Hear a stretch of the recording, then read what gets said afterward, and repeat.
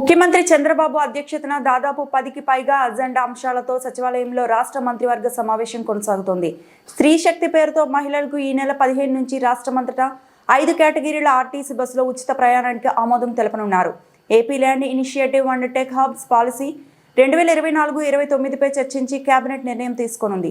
పర్యాటక శాఖ పరిధిలో 22 హోటళ్లు, రిసార్టులు, క్లస్టర్ల నిర్వహణ కోసం ఏజెన్సీ కంపెనీ నిర్ణయాధికారాన్ని ఆ శాఖ ఎండీకి కల్పిస్తూ మంత్రివర్గం నిర్ణయం తీసుకోనుంది. నూతన బార్ లైసెన్స్ పాలసీపై మంత్రివర్గ ఉపసంఘం నివేదికకు కేబినెట్ ఆమోదం తెలపనుంది. లిక్కర్ దుకాణాల్లో పర్మిట్ రూములు అనుమతించనున్నారు. నాయి బ్రాహ్మణుల సెలూన్లకు 200 యూనిట్ల వరకు ఉచిత విద్యుత్ కల్పించే నిర్ణయానికి కేబినెట్ ఆమోదం తెలపనుంది.